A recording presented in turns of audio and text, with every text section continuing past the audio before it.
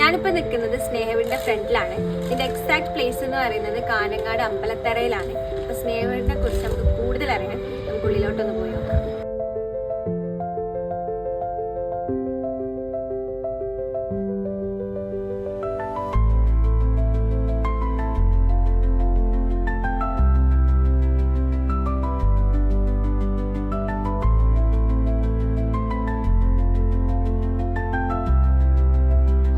ചെറിയൊരു ആക്ടിവിറ്റിയിലേക്ക് കടക്കാം.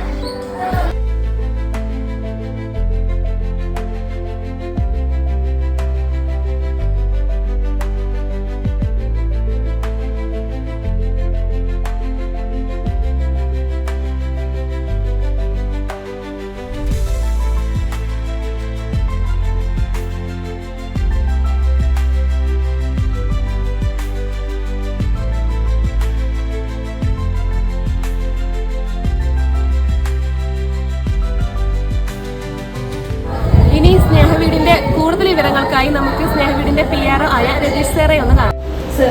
നമസ്കാരം.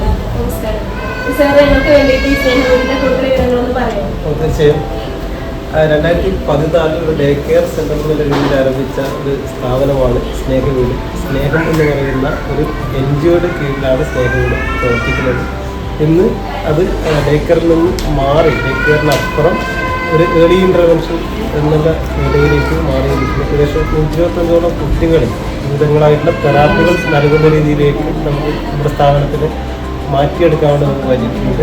Occupational therapy, speech therapy, special education, behaviour therapy, vocational training, special education എന്നീ ഡിപ്പാർട്ട്മെൻറ്റുകളാണ് വളരെ സജീവമായിട്ട് ഇവിടെ നിലവിൽ പ്രവർത്തിച്ചു കൊണ്ടിരിക്കുന്നത്. Before I came to visit this type of places, this is the first place I visited here. This is so beautiful and the program they were providing is very nice and very useful to us.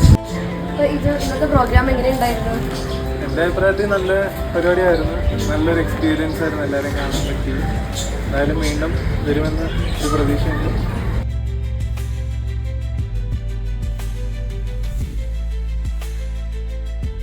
നമ്മളെല്ലാവരും സ്നേഹവീടൊക്കെ കണ്ടു, വളരെ ഇഷ്ടപ്പെട്ടു. കുട്ടികളോടൊത്ത് കുറേ കളിച്ചു, രസിച്ചു. നല്ലൊരു വ്യത്യസ്തമായിട്ടുള്ളൊരു അനുഭവമായിരുന്നു. അപ്പോൾ ഏതൊരു സോഷ്യൽ വർക്കറും അല്ലെങ്കിൽ ഒരു ഇൻറ്റേൺസി എന്തായാലും ഇവിടെ വിസിറ്റ് ചെയ്യണം. അതുപോലെ ഇവരോടൊത്ത് ഒരു ദിവസം എന്തായാലും സ്പെൻഡ് ചെയ്യണം. അപ്പോൾ വിസിറ്റ് ചെയ്യാൻ ആഗ്രഹിക്കുന്നവർ എന്തായാലും ഡിസ്ക്രിപ്ഷനിൽ ഉണ്ടാവും ഇതിൻ്റെ ഡീറ്റെയിൽസ് കാര്യങ്ങളൊക്കെ. അപ്പോൾ എല്ലാവരും കയറി നോക്കുക.